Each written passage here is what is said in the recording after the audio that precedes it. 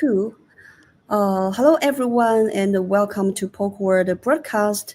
I'm really happy that we could hold this year-end broadcast, and I'm excited to have all our speakers and co-host David with us today. And not only I'm looking forward to our great conversation today, but also I have some exciting news to share, which is, Gavin is heading to China in late February next year for the GEM tour, and he will be demonstrating the GEM demo for students and developers across 4 universities in China. And Polkadot will be partnering to organize this event, and we couldn't be more excited. For students and developers interested in GEM, mark your calendars and follow Polkadot on Twitter and WeChat. And we will be sharing more details soon on how to register and other relevant informations. Okay, now back to our broadcast today. Christmas is right around the corner, and with only 10 days left, and we are about to enter a brand new year. In 2024, Polkadot's mainnet saw some huge changes. Core time was launched and slot auction were permanently removed. Polkadot 2.0 achieved over 120 TPS, even while only use about 20% of its computing power, and the inflation decreased. The OpenGov continues to be optimized. The release of a GEM gray paper. And so let's take a moment to recap the exciting year of 2024 and get ready for the even more exciting year ahead. So our broadcast is live on YouTube and X. If any listeners have questions, feel free to leave them in the comment, and we will make sure that we will respond to your comment promptly. Without further ado, let's kick things off. First, let's welcome all of our guests and have a brief introduction of themselves and their projects. And firstly, I think let's welcome David, our co-host, to say hi to everybody first. Hi, everyone. Nice to be here. Thanks for inviting us, Kristen. Always a pleasure, as usual. My name is David. I'm at Polymac. We're a decentralized fundraising protocol, and I am driving growth for Polymac, and I'm looking forward to this exciting broadcast. Okay, thank you, David. And next, let's welcome Max to briefly say hi to everybody. Yeah, hello everybody. Good to see you again, Kristen. Max Ribal from Harbor Industrial Capital, Polkadot-focused VC fund. It's been a very exciting year for us today, and next year is going to be even more exciting, and I'll share all of that during this broadcast. Good to be here. Okay, welcome, Max. And then now let's welcome Philip. Hey everybody, I'm Filippo, and I'm a technical educator at the Web3 Foundation, and happy to be here today at this December roundtable about Polkadot. Happy to discuss Polkadot achievements. Okay, welcome, Philip. Next, Sean. Let's welcome Sean to introduce. I was going to say thanks for having me. My name is Sean, and I'm the co-founder of Hyperbridge. Hyperbridge is a decentralized cross-chain bridge, and of course happy to get into this more later in the discussions. Okay, welcome, Sean.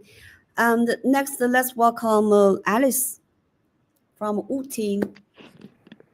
Hello, everyone. I'm Alex from the Gavin Wood team, the meme coin on Polkadot hydration, and here to just answer some questions about meme coins and how we've been really navigating through 2024 and the successes we've had so far, and what's to come in 2025.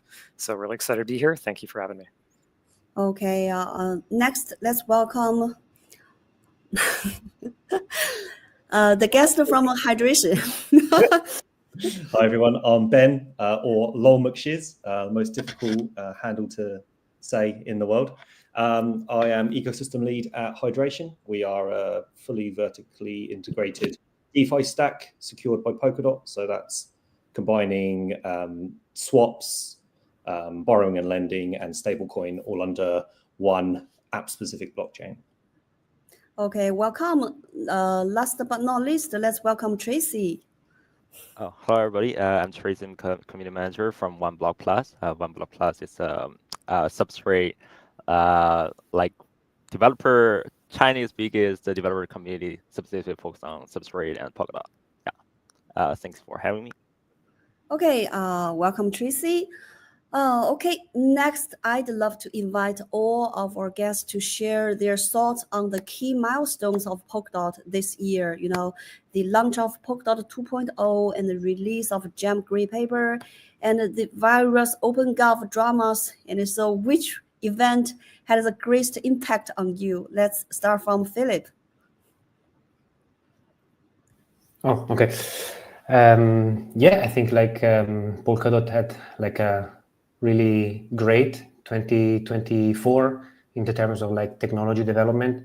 We have seen like how Polkadot transitioned from the auction model to get like access to the relay chain with the core time model, and also scaling the technology to increase throughput with this asynchronous backing.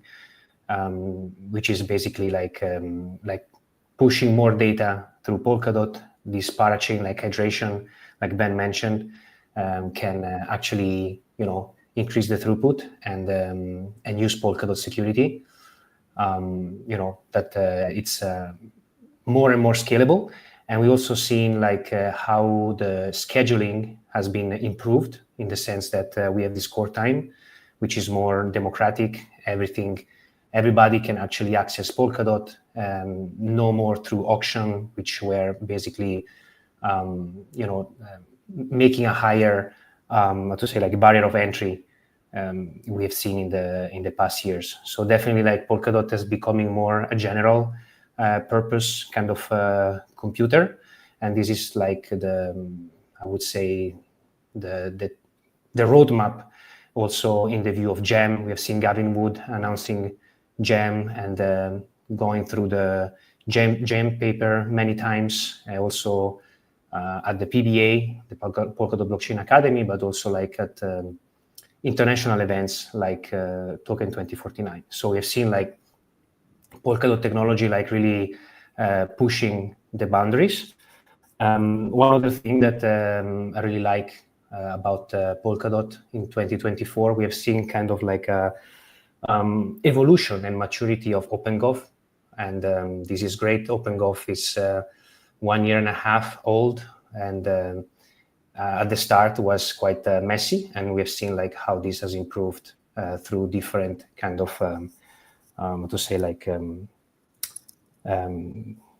different approaches, like from the community, but also from the foundation with decentralized voices, but also community members that step up and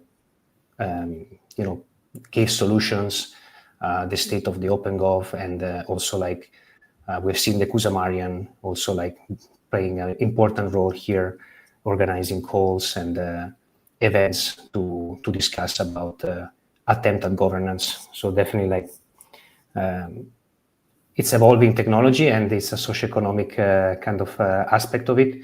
So it takes time, and definitely 2024 has been really great for this kind of advancement in blockchain technology. Okay, thanks for the informative sharing. And now let's welcome Max to share your take on this. Which milestones give you deepest impressions? Well, it's really hard to pick a single one because there have been so many different milestones for Polkadot this year. Obviously, it's been a very good year. I think there are different angles that we can look at this.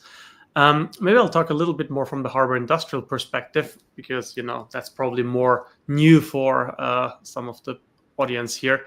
People are already quite familiar with all the exciting things that are going on Polkadot itself. But for Harbor Industrial, we just pretty much fully deployed Fund 1 within this year. All of that went into the Polkadot ecosystem. So we've been supporting a lot of different projects that are building on Polkadot. And that's kind of, the narrative that we see emerging now, right? It's all the exciting things that are getting built on top of Polkadot. That's what we're excited about. And And at the same time, we've seen some very decent returns already. There've been a lot of projects, a lot of like token launches as well. I mean, for us, like a clear highlight was Peak Network, which is a Polkadot parachain. They had their token listing about a month ago. We're a pretty large token holder there, so we were very happy about that. And Peak Network, clearly is a new cheerleader in the Polkadot ecosystem. It's actually quite interesting because they're very successful commercially, but they don't really brand themselves so much as Polkadot. I hope this is changing because they clearly are leveraging Polkadot technology. So I think it's good if we help spread that message. But even if they don't, the truth of the matter is Peak is putting some real transactions on chain on Polkadot, employing the Polkadot security network, the security architecture, which is a good thing, right? So this is definitely something we're excited about, something that we want to see more of. And the other thing I can say is Fund 1 is pretty much closed. We're about to start Fund 2. So we already have a lot of like big pre-commitments here. We obviously also have a lot of rollovers. We have a few institutional investors. We're officially kicking off the new fund next year, which is very, very soon, 10 days or so. We're already in talks with a few teams on Polkadot about investments into into their projects out of Fund 2. I mean, since I see Sean here on this call, Hyperbridge is, for example, one of them. So this is something we're currently looking at to invest out of Fund 2. But there are like many more as well. So pretty exciting. 2025 is going to be a very exciting year for us. We're probably going to have like a first distribution out of the Fund 1, and then all eyes on Fund 2 and support other projects in Polkadot out of this fund.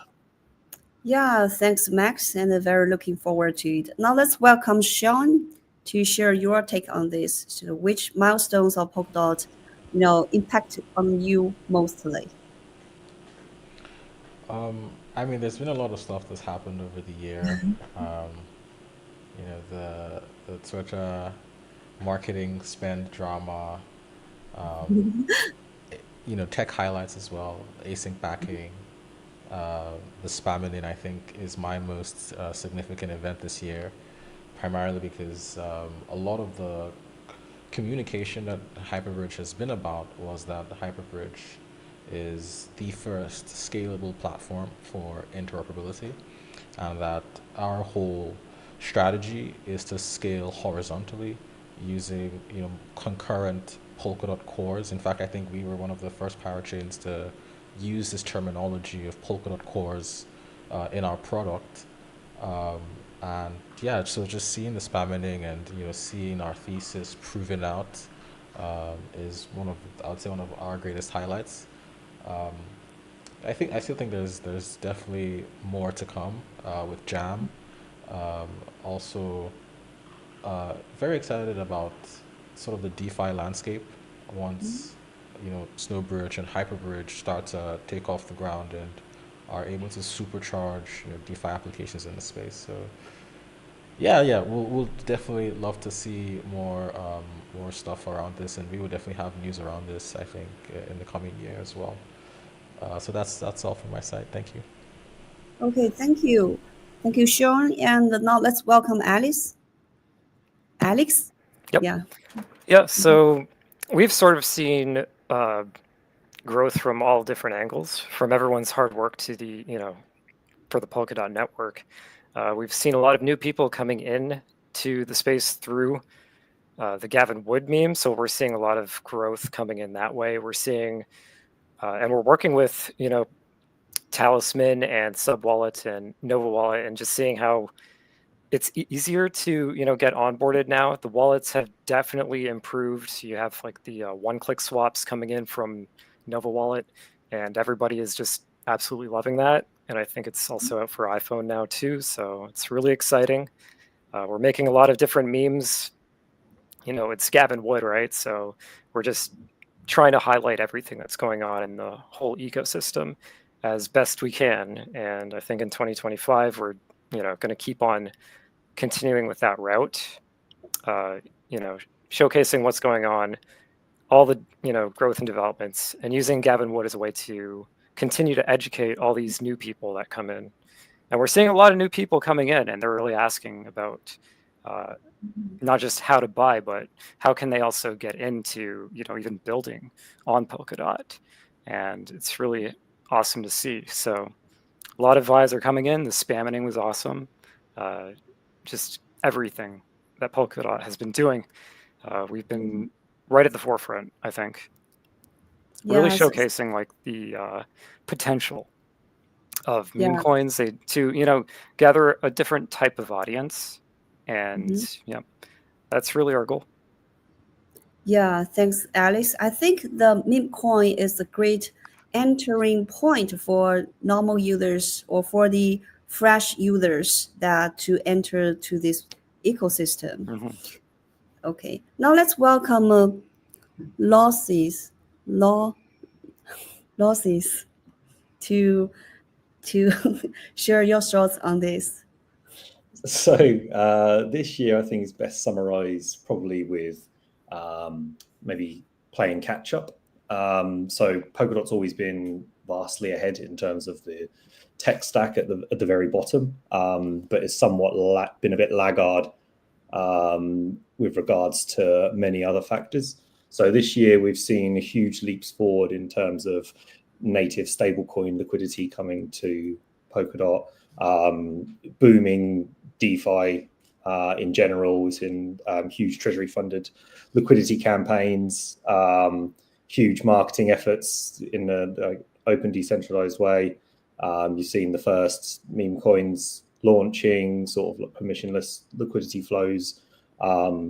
You've seen a bunch of new projects just sort of getting funding and launching and becoming live. So you're really starting to see, if you look at the month-on-month transaction counts, constantly on the up, TVL on the up, volumes on the up, active users on the up, like everything sort of growing in unison. So I think 2024, whilst there's been a lot of events happening, and I couldn't probably point to single ones, some of the other guys have already touched on those, but I think it's best summarized that it's been growing and growing faster, much like a snowball, and seems to be really, really taken off. And you can see in some groups popping up like dot balls, people starting to get excited again, and we're losing some of this, Polkadot fanboys being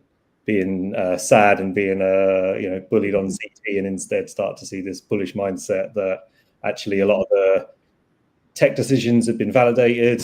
And so we're a bit slow on some of the other things, but now anything we set our minds to, Sean touched on the spamming, just showed that we don't think this is a metric that's really that important, but okay, you want to do that, we'll play your game and we'll smash it out the park, and then we'll move on to the next thing. So it's been a really exciting year, I think. Okay, thank you. And lastly, let's welcome Tracy. Oh, yeah. So in fact, I think we have already experienced technical innovations such as core time in Polkadot 2 at the hackathon we held in Bangkok. Actually, Gavin Wood also mentioned Jam in the opening speech video he sent to us.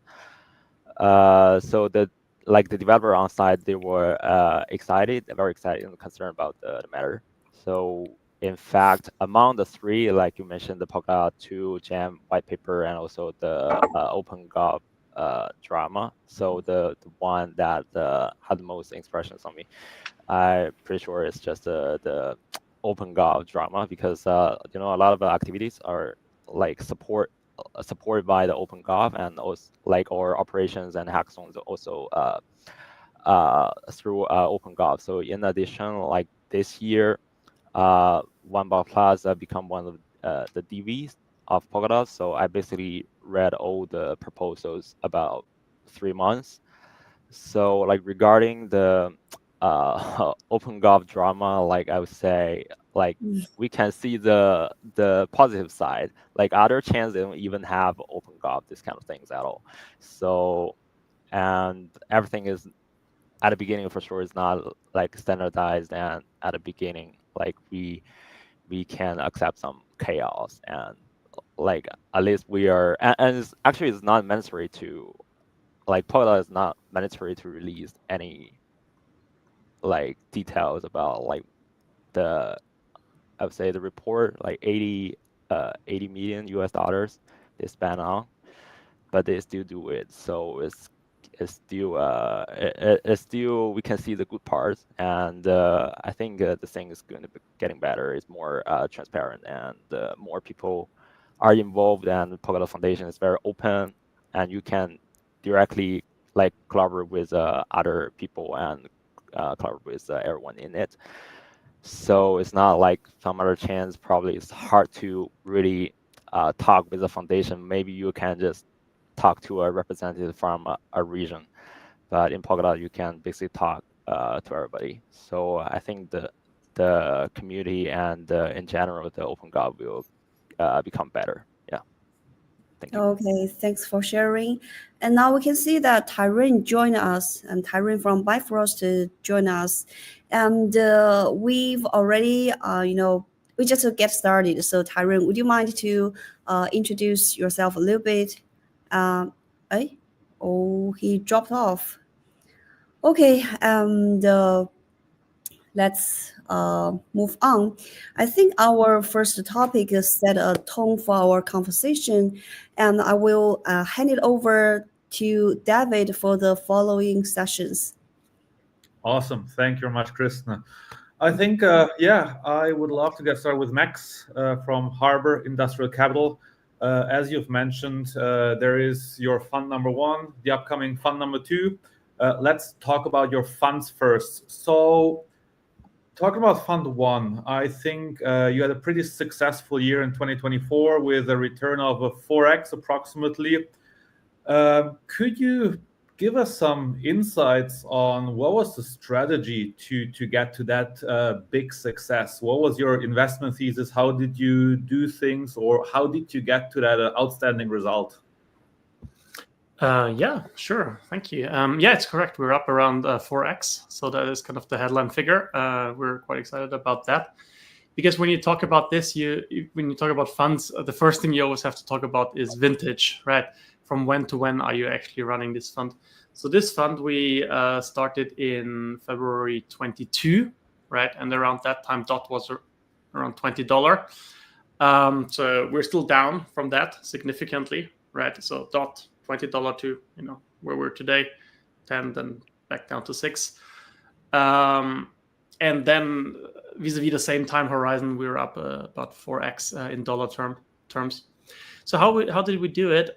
Well, we are obviously a DOT fund, but what we're really interested in is the projects building on top of Polkadot. And while some of them are moving in conjunction or in sync with each other, right? Others are not, right? So we have seen a bit of decoupling. I mean, the most obvious one is the one I already mentioned, Peak Network, right? Even in this like big downselling of the last couple of days, Peak as a Polkadot-based project is still trending upwards. So we're in a few of those projects that have kind of decoupled from that, but others that are, very much coupled price-wise with Polkadot itself. Some of them have also been really performing on the upside. So quite excited about that. About strategy, look, so for Fund 1, we had a very heavy focus on parachain auctions, right? That was kind of our bread and butter. And we had this approach where we said like, hey, we can help a team to win a slot, right? And then get a certain fixed amount of tokens in exchange, right? So that's what we did. We did it very successfully, and we managed to get like a bunch of projects into having a parachain slot. Now, as you said correctly, like one of the big changes is the transition from parachain auctions to core time. So we cannot do the same business model again. for Fund 2. And that is definitely one of the reasons why we're changing to a more generic VC approach, right? So that's why there is a big difference between Fund 1 and 2 in terms of strategy, right? No more parachain auctions, which is fine for us. We can support projects with core time, but that's kind of a little bit of a sideshow for our perspective. But the main thing is like projects just need funding, right? It's just really as simple as that. The main thing that they need is US dollar or like USDC that they can, use to pay their team, pay for like marketing, for general overhead. So, unfortunately, I have to say, Polkadot within the VC space is still not the sexiest kid on the block. The big VCs tend to focus on other ecosystems, Solana, for example, or Sui now at the moment, right? That is kind of very hot, so to speak. But in my humble opinion, it's overhyped, and Polkadot has the clearly better technology and will emerge as the winner in the long term. But not all VCs see it like that. There is not that much funding available in the Polkadot ecosystem for projects building there, unfortunately, right? I mean, David, you from Polymac, I think you're probably one of the first people to be aware of that fact, right? It's something that we want to change, right? We think that Polkadot is a contrarian trade at the moment, right? Something that few people believe in, but those who do believe in it will be rewarded handsomely. And that's why we are raising the second fund, right? That's where we're going out to all these like conferences, investment conferences, family office summits, where we are targeting, wealth individuals, institutional investors, family offices to come into our fund, and then we will be deploying within the Polkadot ecosystem. So I think this bet is going to turn out very, very nicely. It's going to catch a lot of people by surprise, and I think the timing couldn't be any better. Awesome. And one final question from my end. I mean, you've attended the China International Finance Forum in November.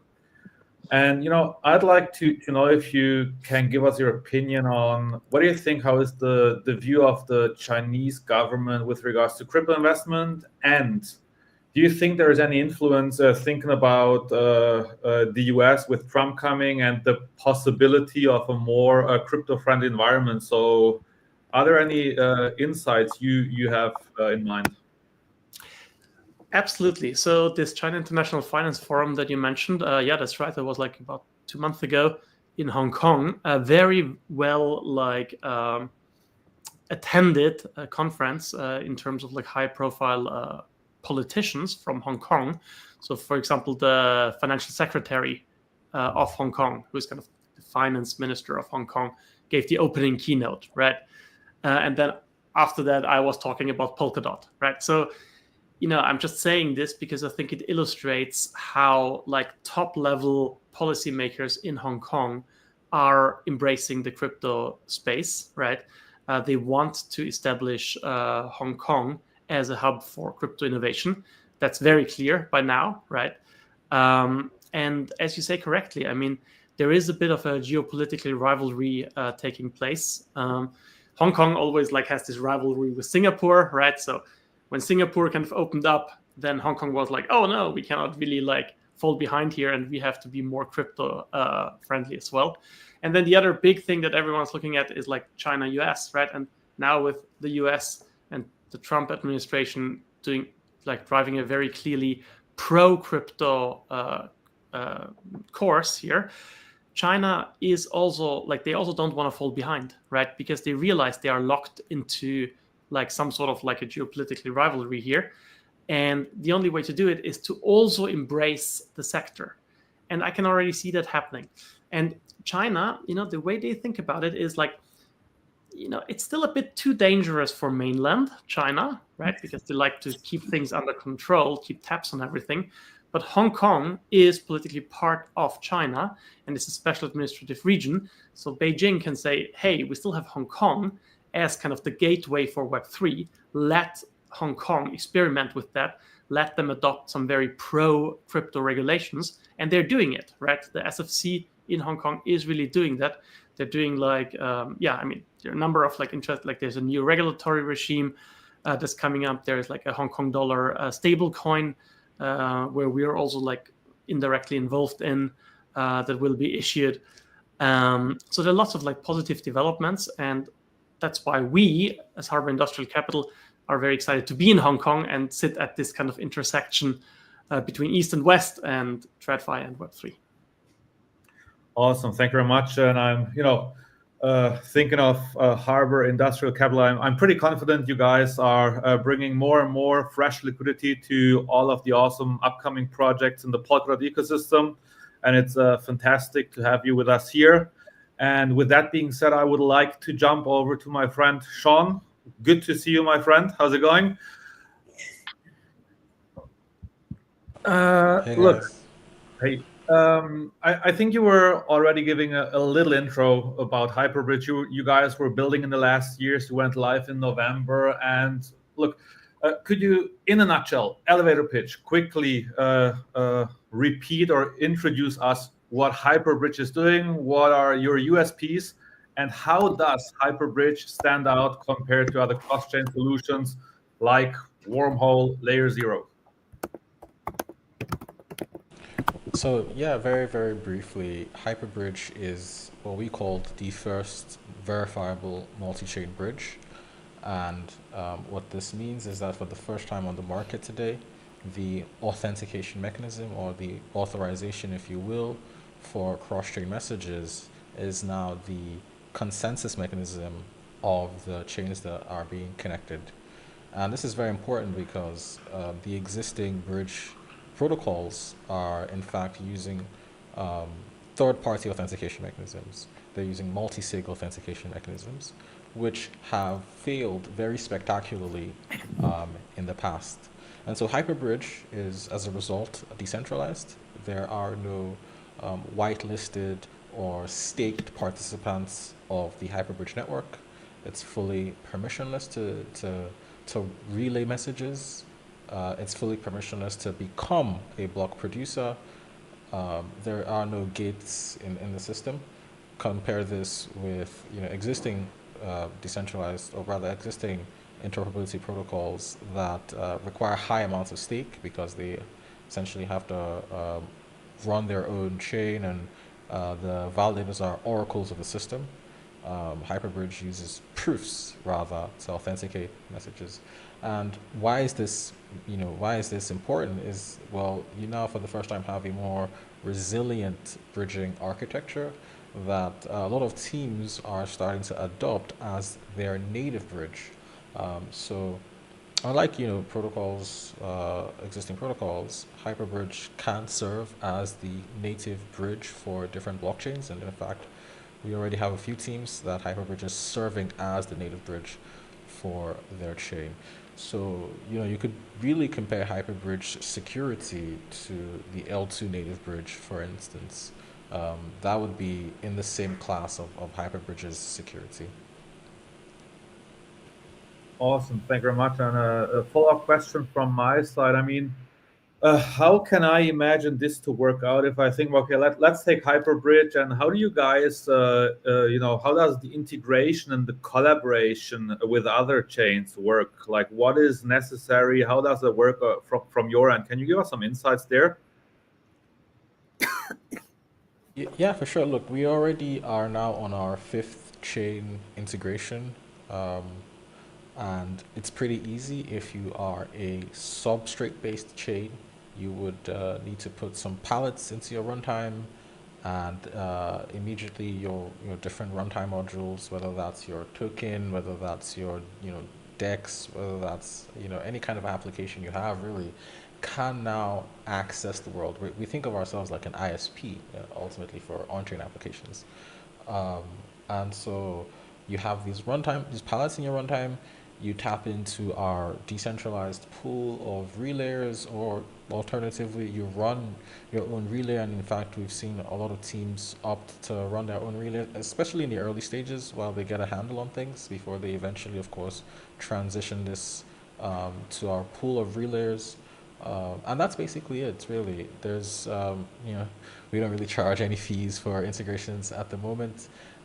There's actually no way for us to charge any fees because theoretically, if you put these palettes in your runtime, and eventually once Hyperbridge has governance, you could simply make a proposal to Hyperbridge's governance saying you want to be connected to Hyperbridge, and once that passes, that's really all that you need.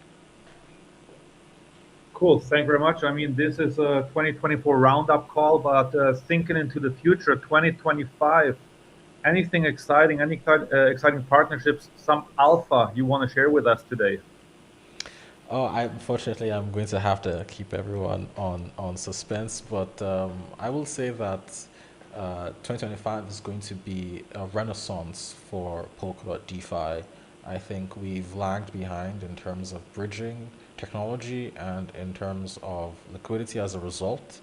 And with Hyperbridge and Snowbridge now live, we're sure to see a resurgence.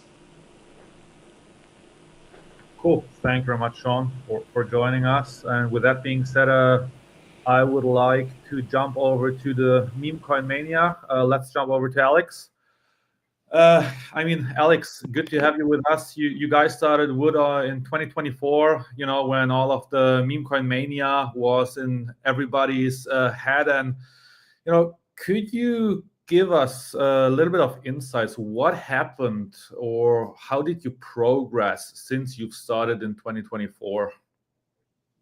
Well, basically, I would like to, just so everybody knows, I didn't make the Wood token. Actually, no one knows who did. I represent like one of the volunteers that just helped take it over. So I represent the community in that aspect. I am the one like doing all the meme art and all that stuff right now. But yeah, it's been very significant since the community takeover. I mean, it was pretty much at the start of the whole life of the Wood token. It was pretty much given over to the community right away. But we've seen quite a bit of action since then. I think we have really exploded. Right now, we're sitting at around 800,000 market cap, I believe, just under that, which is really, we've done a 10x, which is pretty amazing. And we've done some really big all-time high runs up to like 2 million. So right now we're still in like the redistribution phase, but we've seen a lot of innovative things in the Polkadot ecosystem, and we've been trying to, do what we can to keep up at the same time. We've pioneered some things as well with help from hydration. We've done like dynamic airdrops to the community.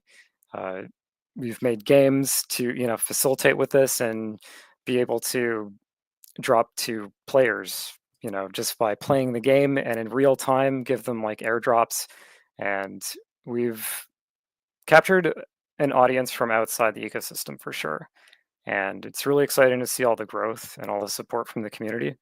And within the community itself, it's been rapidly growing and sort of branching off in different directions with decentralized initiatives, like people starting to create their own teams within Gavin Wood and doing whatever they can using their talents and developing things. We've even, developed like an AI Gavin Wood agent, which has been very awesome and even explains like how Jam works, and it's an ever evolving and growing process. But we've seen some really awesome support from the entire community and some amazing partnerships that I can think of, like Tansy, where we really showcased what Gavin Wood can do as a meme coin and be used, to educate people on Web3, Polkadot, and who Gavin Wood is. And this is really what inspired me to help take this project over, just because, meme coins are just so many different types of meme coins out there. So you can't really lump everything together all into one big group, because we have Gavin Wood, for example, this meme coin, it can definitely be something very special. And, we're just looking to inspire people to, come out and help out any ways that they would like to. Just have a good time, have fun, very positive and very amazing atmosphere in the community. And we just love to see it grow like that. Oh, good stuff. And do you have some numbers on like how big is your community right now and how many token holders do you have? Yep, we have about we're holding over 2,000 token holders right now, and the amount of wood tokens out is 1 trillion.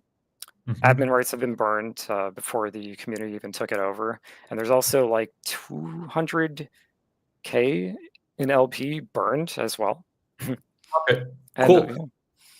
Cool. Last follow-up question from my side. I mean, meme coin. Everybody talks about it. Everybody knows them, and we know that 99% pretty short lifespan. And you've already mentioned, there is this Gavin Wood agent that you're building. What else is going on? To keep it going. To keep it going. What's the community building? What's the cool stuff that's about to come? Well, really what inspires us is, the hard work that has been going into the Polkadot network. And we want to continue to build something that can really highlight and teach people what is going on to a different type of audience that's growing in crypto. And, we see that, meme coins are a huge, phenomenon, but we want to maybe capture some of that and really show them with the upcoming partnerships. We have a lot of partnerships that are going to be happening in 2025. Some alpha we're in developments of a new mobile game, actually. So we also have a partnership coming up with EZA and, with Flappywood to onboard even more users. And, even like Telegram integrations, the developers are really working hard. And it's really just showing like the power of what a community would do if it was just given a lot of power in their hands to be able to create whatever it is that they want. And we've seen how successful this community has been and how amazingly supportive it's been with the initiative with burning a large portion of LP for NFTs, and these NFTs can be used in the games. And there's just a lot of really awesome things that the Wood token can do, and the Wood community has done and is continuing to do, as well as like just donate for certain giveaways. Like we have a giveaway going on right now that has just all been community funded, and it's just and that's, I think, really the spirit, like how this can like continue to grow into like the next coming years as like a more long-term thing. And I think we've really proved that Wood is here to stay over, because it's been like almost 8 months now, and it's been only going stronger. We've just crossed over 3,000 followers on X, which is an amazing milestone. So there's a lot of things happening next year for Polkadot and for the Gavin Wood meme coin, and we really want to just evolve it with animations, more educational memes, and like diagrams, or Wood could be teaching how a certain roll-up works, or not just how to use or how to buy certain tokens, but really what is going on in the Polkadot ecosystem that is so innovative. And we want to really just highlight that and do our part. And that's really why I wanted to take this over. I saw this Gavin Wood character, and I thought maybe this could be a very useful thing that the Polkadot ecosystem could really use. So this is what inspires me, and it inspires a lot of people in the community to take part and use their gifts and their talents, whatever they can do to continue to grow Polkadot. Awesome. Thank you very much. Cool. Then I would like to jump over to Filippo. Hey, Filippo, good to see you. I hope the weather is better in South Switzerland than in Zurich. It's pretty sad here. So let's talk about Web3 Foundation. Web3 Foundation has been involved in several initiatives in 2024. We had decentralized voices, decentralized futures, and many more. In your view, what were the main goals of the Web3 Foundation this year, and do you think that the goals of those initiatives have successfully been met in 2024? Right. Yeah. Thanks. Can you hear me? Yes. Great. Yeah, I think like the foundation clearly in 2024 had an active role in the ecosystem, I would say. Like this was also part of the main decentralization efforts started in 2023. We have seen like the foundation playing a role in stabilizing and also like supporting the ecosystem with various initiatives, like you said. In my personal opinion, all the initiatives are very, very important and key to ensuring like stability and especially like directioning Polkadot ecosystem in the next year, in the next phase of adoption and growth. For example, the decentralized futures program, tens of millions of dollars in funding, 50 plus projects to ensure ecosystem sustainability, and also like we had a lot of applications, 250 plus application expanded the community-driven funding. Then we also had the grant program, also like very important program in the ecosystem. In total, there were like 1,500 plus application, 600 plus projects funded in 54 countries. So it's a very, very big program. And the foundation has been working really relentlessly to review these applications and award the best projects. Definitely, like central focus here is the technical part of the ecosystem, but also like business development. And this was also the part of decentralized futures, which is basically like can be viewed like a grant program on steroid, but for a shorter period of time. We have seen like a lot of tech that has been funded, and also marketing. We've seen like the rise of Distractive and the decentralized social media, where like there is this decentralized social media board that is kind of like curating the content of the Polkadot social media, especially X. And Distractive like is now a provider of key marketing services for Polkadot, and will likely stay like this. Business development, we have seen Polymec, like fundraising, decentralized and transparent fundraising. The rise of Poke, like Polkadot Key Account, which is basically a Polkadot BD unit, which is focusing on enterprise and government adoption, and many more. Like, for example, .play, which is basically a BD initiative that focuses on gaming and entertainment.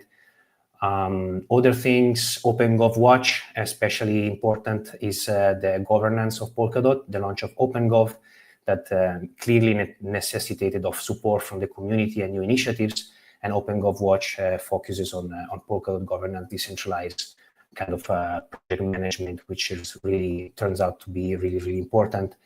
Other things, Ecosystem Development Fund. We have here Harbor Industrial Capital, of course, which is a specific ecosystem funds that is targeting Polkadot, like Cytel Digital. Cytel Digital might be like the kind of the first kind of ecosystem fund. Harbor Industrial Capital joined later, but these are the main funds in the Polkadot ecosystem. And this is specifically targeting like early stage startups, receive mentorship and liquidity and strategic support. So definitely like a really important initiative as well. Decentralized nodes program to support the Polkadot and Kusama validators to strengthen decentralization and security of the ecosystem. This is basically replacing the 1000 validator program that has been essentially like kind of decommissioned. Now we have this new decentralized nodes program. Then decentralized voices program, again within the OpenGov kind of umbrella, important to kind of like stabilize and balance the voting power. The foundation is delegating like voting power in a rotation kind of system to different like entities that have established knowledge and kind of reputation in the ecosystem. So yeah, also this really important. Another really important thing I think is the publication of the ELSE paper, which is basically a technical specification of the Polkadot rollup security technology. Again, how Polkadot works, how basically the layer one kind of from Polkadot rollups like hydration, like the other 50 kind of parachains, including like Bifrost, A-Star, and other like Moonbeam, and all the other projects in the Polkadot ecosystem, how it works, how it is scaled, how it is secure, how it is highly scalable, how this kind of how to say, like multi-core computer that Polkadot has, how it works under the hood. I really encourage especially to read the abstract and the introduction of this paper that provides kind of like a very good introduction. I mean, a very good decent level of knowledge of how Polkadot works. And this also shows the importance of the foundation in the research and advancement in academic and technical understanding of new layer one infrastructure in the blockchain space. Then other things like the launch of Snowbridge, which is basically this Ethereum trustless bridge, specifically on Ethereum, and this is basically together in the same kind of similar, how to say, like category, like Hyperbridge. We have here like shown today from Hyperbridge. Definitely Hyperbridge is more general purpose in the sense that it can connect Polkadot trustlessly with other blockchains and layer twos. So definitely like a bit more general, but essentially trustless bridge like Snowbridge. So definitely like Snowbridge was actually used by Hydration to provide Aave token into the Omnipool. So if I'm not mistaken, maybe Ben can say something more about this. And yeah, finally, I'm an educator, so educational efforts, Polkadot Wiki revamp and maintenance. Definitely like the wiki is a source of knowledge for a lot of people in the ecosystem and needs to be maintained and curated. So this was an educational initiative. Other things, working with Illustrator to provide new illustrations, edX courses made by the technical education team, and also the new PBAX in collaboration with other people in the ecosystem, which is launching, by the way, on the 6th or 7th of January.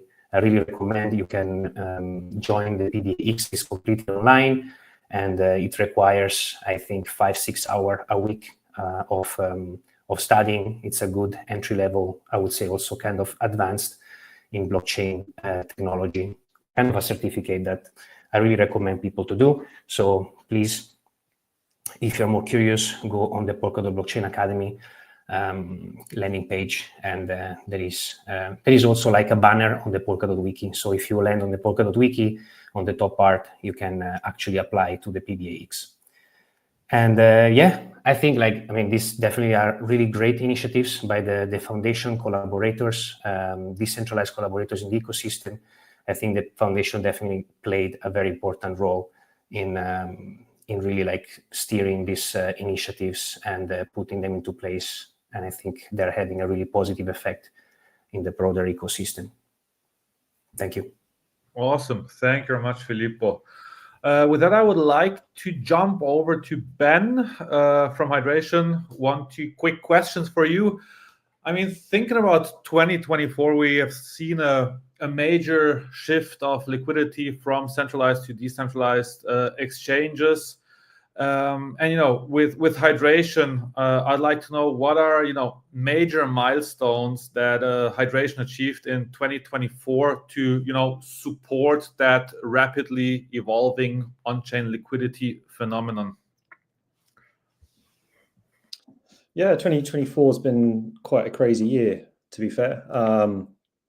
We launched sort of our mainnet at the start of 2023, and we sort of tried to do this as a sort of like with the training wheels on, and sort of slowly built it up over time, adding additional sort of Lego bricks on top of the sort of core that we'd started with. And this year really we've seen some substantial growth, both in all of our key metrics really, as sort of XEM transactions between chains. Obviously we've connected to a large number of chains, and pretty much I think other than maybe Moonbeam have the highest transaction of those cross-chain flows now.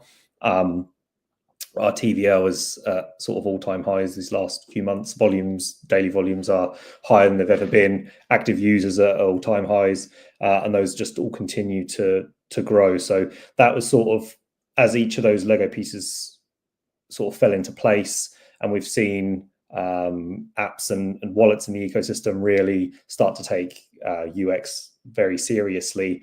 We start to see improved user flows, people moving away from Polkadot.js signer, although I still like to raw dog with that every now and again. Nova Wallet is a firm favorite in the eco. So we've seen these tools sort of make it easier to take part in Polkadot, where in previous years has not been so straightforward, and we've taken some heat for that. I'd say one of our major milestones would be the Polkadot Treasury funded liquidity campaign, which is focused around increasing native stablecoins in the ecosystem. So USDT and USDC are at all-time high numbers, multiple millions, whereas we had next to nothing before the start of that campaign. So this makes it a more interesting place to build for products, such as your own, which will be using native stablecoins for fundraising and things like that. If you've got more on ramp, if you've got more liquidity on chain, then you're more attractive for on ramps to be integrated. And we've seen additional integrations into centralized exchanges for stablecoins, which make it just a lot easier for users to come, for new people to come and build. So that's made a huge difference. Our permissionless asset registry, when we launched that, so typically parachains are quite permissioned, and apart from, for example, the asset hub, you'd have to go through governance to register assets and to be able to send them around and things like that. So we created this permissionless asset registry function, which basically allowed anyone to send any tokens they wanted to and launch any pools that they wanted to. And that sort of pretty much kicked off meme coin season in the ecosystem. So things like Wood, Pink, and the infamous Dead. So all of that traction took place off the back of that. And much more recently, in the last few weeks, we launched our supply and borrow feature. So we have a native lending and borrowing protocol, which has obviously seen a lot of action these last 48 hours, with the market doing some funny business. Some sort of we're gaining more and more of these tools that other ecosystems have had for the longest time, and now we can start to demonstrate why Polkadot's actually the best place to build on those, now that we're sort of establishing base levels of liquidity and the likes. Cool, thank you very much. And if you could, in 2 to 3 sentences, maybe quickly summarize for everybody watching this broadcast, for projects or ecosystems, what are the factors that you guys or that Hydration considers when selecting ecosystems and projects you want to support on Hydration? Oh, well, clearly it's just if they're in Chaos DAO, then they get onboarded. No, I'm joking. No, it's a fully permissionless protocol, right? So we always encourage people, we've tried to put these processes in place that anyone can go through governance and open up the necessary channels. They can apply to have their token launched in the Omni pool if they've got sufficient liquidity and they meet the criteria that are listed there. Or if not, then anybody can launch if their token, for example, is on the asset hub, then they can launch those permissionlessly. They don't even need to get involved with us. Clearly, as a team behind building Hydration, we've helped with a few integrations to open up some of those channels, but we try to make those tools and things available. We've actually got the the referendum's up as of today to launch OpenGov on hydration, which should be good fun. So that permissionless nature. Previously, you'd still need to, if you want to do it externally, you'd have a large bond, and then you sort of had to, the queue would happen every 3 days, and then it would jump in and out of that.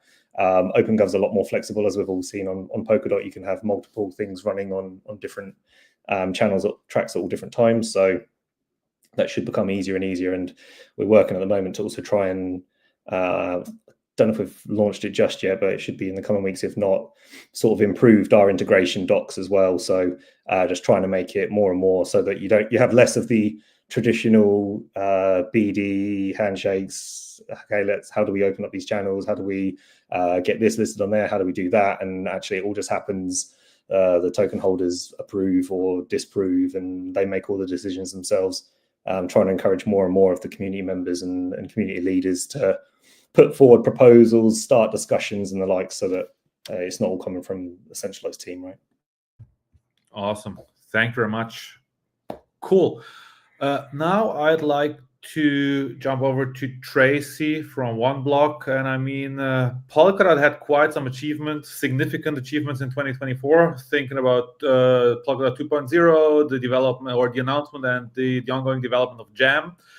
You know, all of these achievements are just possible with exceptional developers. And OneBlock is responsible for the Asian developer community. So could you give us some insights or share your contributions that have been made by Asian developers to DOT in 2024? And why do you think, or what are the key reasons developers would choose Polkadot over, for example, Solana or other ecosystems? Okay. So in 2024, we have already made like significant achievements in promoting the participation and contribution for of the Asian developer community to Polkadot. So basically, we have three main like phases, and the first one is to attract more developers to join the Polkadot ecosystem.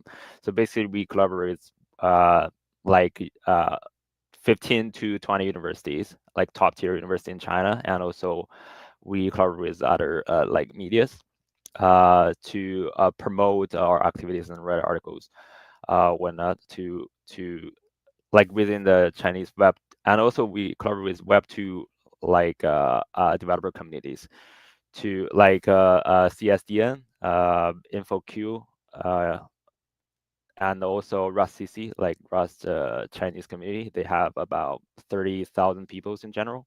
They're the biggest Rust developer communities in China. So our goal is to introduce Web2 users to Web2 developers to Web3 and stimulate their interest in Polkadot. And this the first part, and the second part is to like cultivate more like educate developers. So we collaborate with engineer from Parodies and Paper Moon. So we launched a dedicated training course, including the entry level one and the intermediate level one course. And so like for the course itself is carefully designed by the Parody team, like covering basically the principles of the substrate framework, modular development, and some cross-chain, on-chain cross-chain integrations and other key technologies. So so basically this course have 6 videos inside, and we have the open course and also the online tutoring provide a systematic learning experience, and also we have the TAs and QA teams and Q&A sessions for them. And also after that, at the end of each videos, there have assignments to help them to get hands on dirty, starting from a theoretical knowledge to practical development phase. So, and also other than that, actually we promote this video like this year. We the exposure of the videos is about 1.36 millions in general. And half of them we got from Twitter, and another half we got from WeChat. So we did like a internal summary of this year of all users we got. So basically, right now, our developers, Chinese Polkadot developers, they know Python, JavaScript, Java, Rust, and C++. This is what they know the most before they start the course. And most of them actually, like 1/3 of our developers have more than 5 years experience, and yeah, and like 45% of them have at least 3 years experience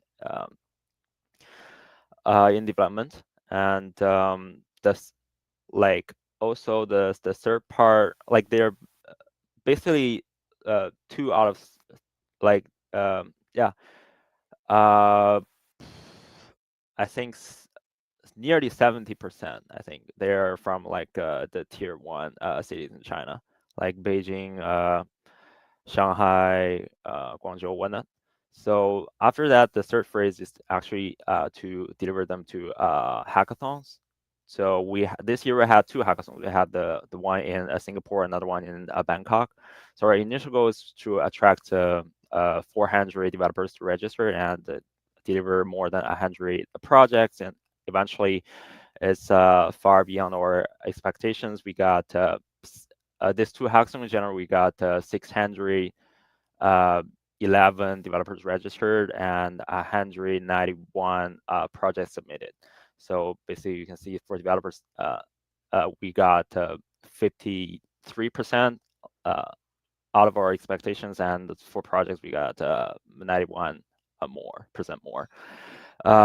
Yeah, so recently, there is a report released about the developers in China, Web3 developers, and the number of Polkadot developers in China ranked the 3rd. Like Polkadot Chinese developer community is the 3rd biggest one in China, right after Ethereum and Solana. So like this achievement actually highlights our efforts and contributions in building the Polkadot developer community. So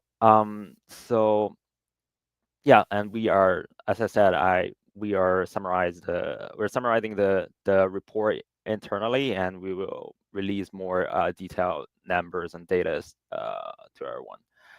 And for the reason why like developers choose Polkadot rather than like Solana and soon S3, actually, like the first one is technical advantages. Like Polkadot has the forefront, always has been at the forefront of the Web3 industry since 2019, and as the innovative platform is not only updated version of it's not only like an updated version of Ethereum, but it's also like the first.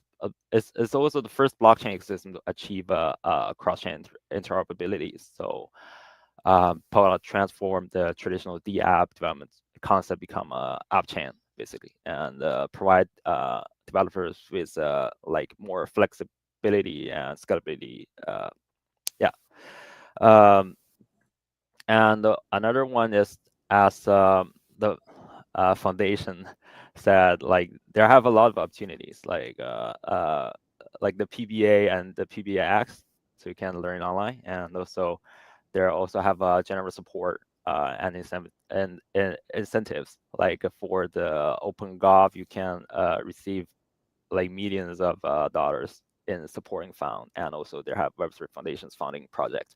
It's up to $100,000, and also they have hackathons. So all of that, and another reason like why developers choose Polkadot is because the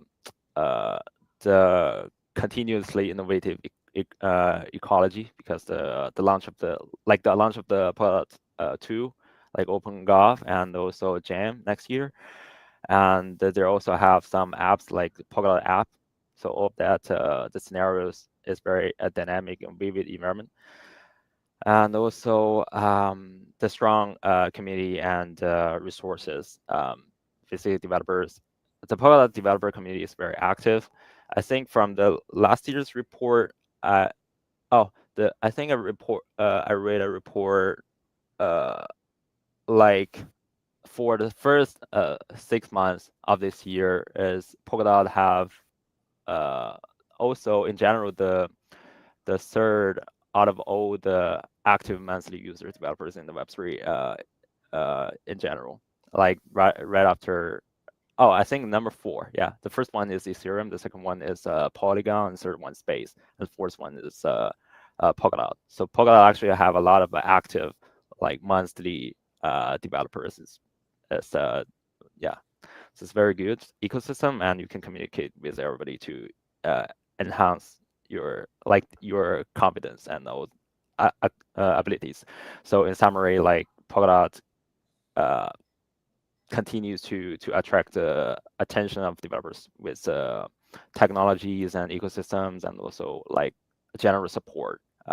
Yeah, so it's very, very good, I think. Thank you very much. Awesome. Very nice insights. Quick question, Tyrone, can you hear us? Can you say something? I just want to check if we have a good... it works now.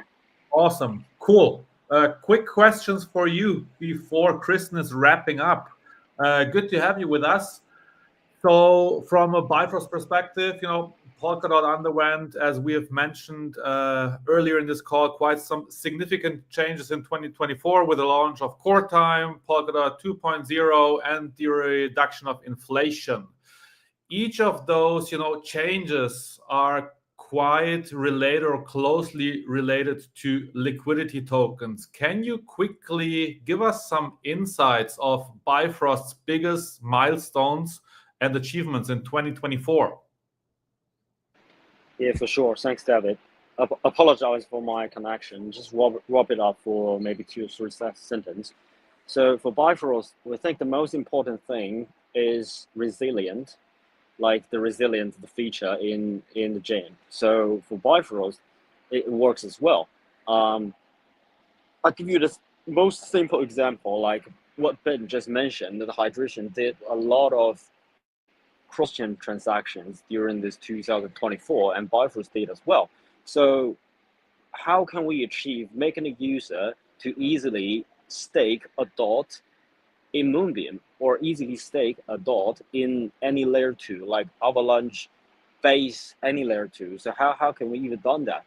Is the resilience of the Polkadot by leveraging the XCM and resilience of Hyperbridge. So that's why the importance of how the XCM can activate all these, different interactions between the parachain. The most impressive thing I've ever seen in this year is, Hydration can eventually liquid stake a dot via the treasury, and during this process, not even a single transaction is made by the newly stake account or by a single entity. That's quite impressive. That's never or ever a chain done this before. That's what happens in this year. And then what happens coming to the few months ago is the Hyperbridge live. And then what Bifrost is doing right now is we are testing all the tokens to be transferring with the Ethereum Midnight by the Hyperbridge. So we tested it, and Hydration is doing this as well, and we are having a campaign with Road. So everything's happened to make the users know what the ecosystem are doing right now and what applications can be interacted with another application. So that's how the magical works in this year. And I just wrap it up like this. Fantastic. Thank you very much. Maybe one quick follow-up question before handing over to Kristen. From Bifrost, any interesting alpha or outlooks, what we can expect for 2025? Give us some information. Come on. Yeah, personally saying there's of course, the tokenomics 2.0 live for the Bifrost itself, we are trying to, upgrade tokenomics and trying to make the native token users have the revenue rights on the chain. So that's literally the most important thing will happen in 2025. And what will happen next is what I just mentioned, the hyperbridge. Everything will happen, and the dot staking will happen on layer 2. Some staking happen on layer 2 as well, and a layer 2 staking will happen on Polkadot. So, I mean, that's a switch side. It's the big direction. It's the big direction future will happen in 2025. Cool. Thank you very much. With that being said, I will hand over to Kristen. Kristen, from my side, I think those are my last words for today. Thank you very much for inviting me to co-host this fantastic broadcast. So much so many cool information and attendees. And looking forward to be back in 2025 in the next one.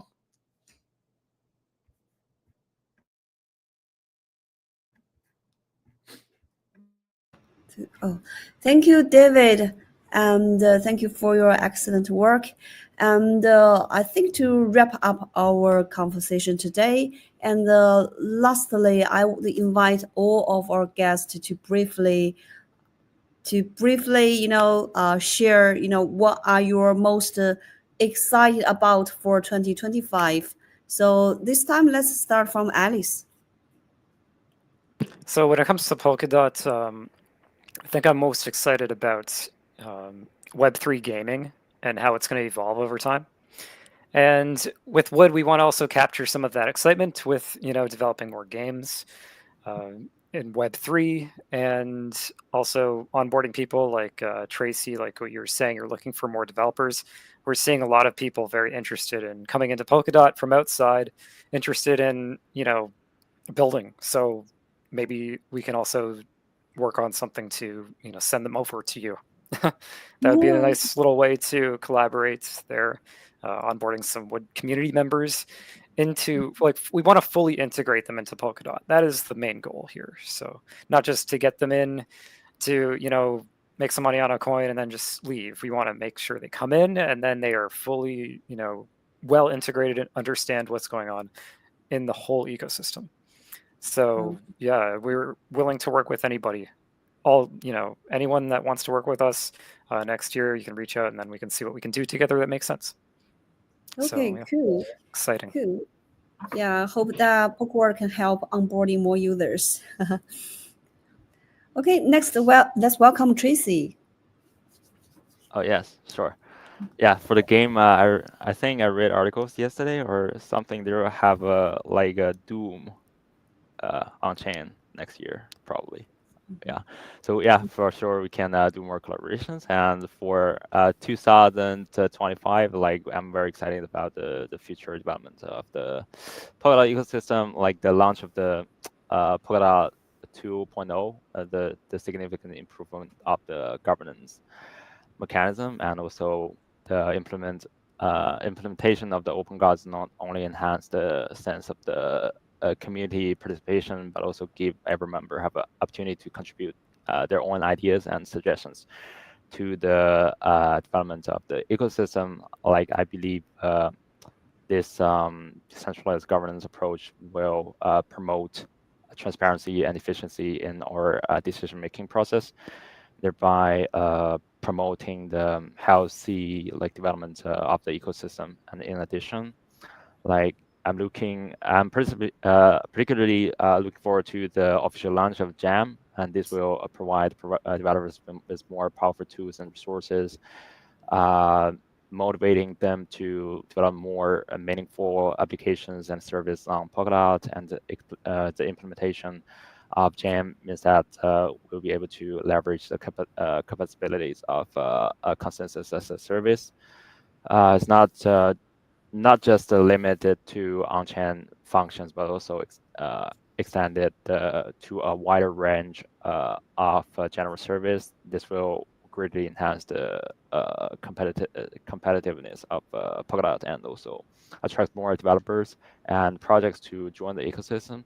And for us, like on the marketing side, I would like to see more deeper collaborations and efforts, like by have more like establishing like more like closer connections with various communities, and also like I'm very confident in the future of the Polkadot community as more and more developers join, so we can have the opportunities to witness the birth of more projects, innovative projects that will not only enrich our ecosystem but also promote the true implementation of Web3.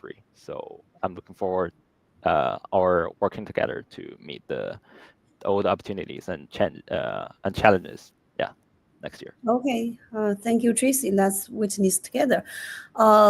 Philip, would you like to share? What are you most excited about for 2025? Sure, there's nothing, a lot to add from the tech side. I think it will be, I'm quite curious about how the whole jam plays out, how it will be presented and launched.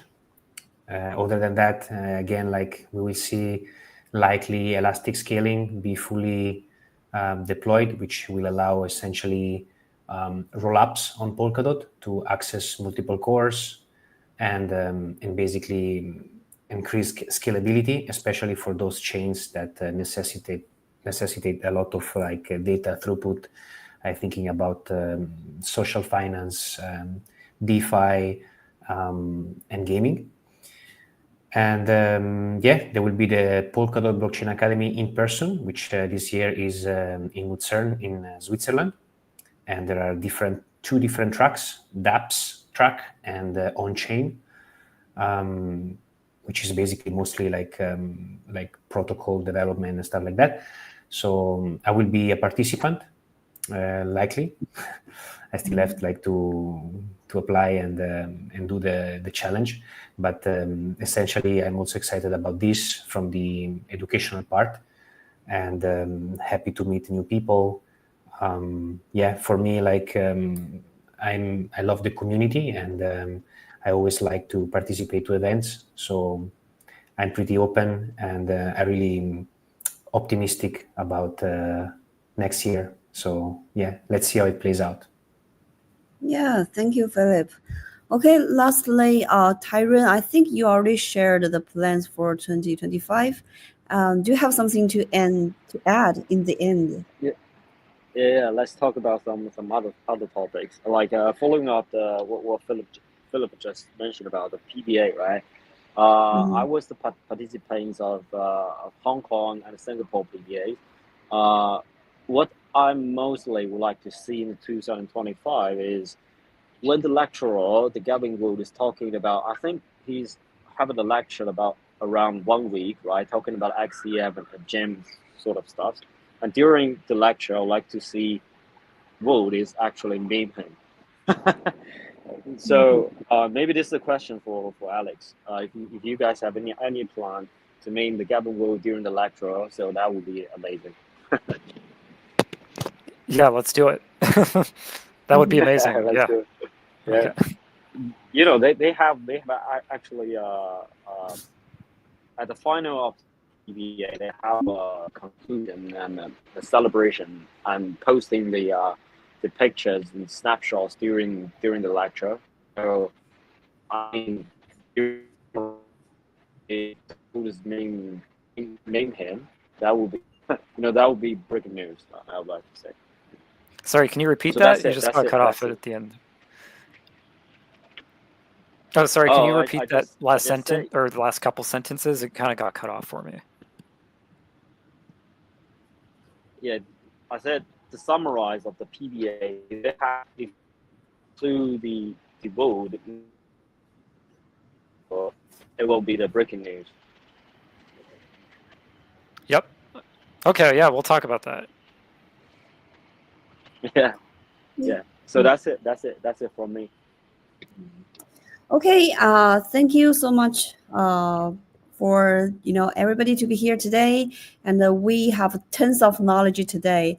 And Polkadot have a great milestones in 2024, and we are very excited about what's going to happen in 2025. And so let's build together and let's witness the Polkadot, that's witness that how Polkadot can show that what Web3 is in the future. So thank you all, and let's call it a night today. And thank you all. Have a great day. Thanks, you Thank too. you. Thanks for having me. everybody. Thank you for having me. Bye bye. Thanks for having me. Bye-bye. Bye.